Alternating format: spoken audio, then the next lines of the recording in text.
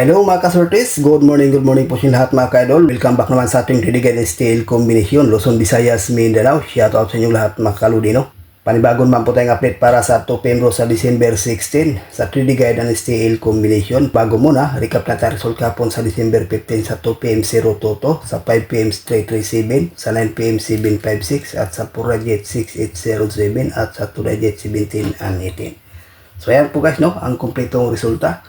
Congratulations lang dyan sa may nanalo mga ka-idol. Ngayon may ibahagi na po tayong guide para sa 2 PM draw. 2 combination lang po ito guys. Ang guide natin, 046. Pangalawa, 000. Target Rumble. Sa 2 combination may ibahagi tayo itong base mga ka-idol, no, na 046. So ayan po mga kasortes, sa willing sa ganahan, tayo kopya. May ibahagi po tayong base bearing guide.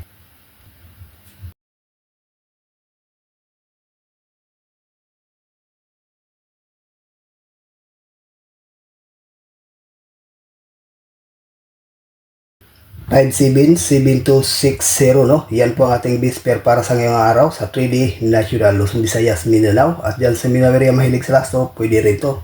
Sa 3D, 5-7 base natin at saka 6-0, no? Kaya nang bahala ko nang ipares at sa lasto rambo lang po itong 5-7 at 6-0. Maganda yan sa pang 5 PM no? At saka 9 PM. Sa ganahan pa kopya, may i-share po tayong lucky pick.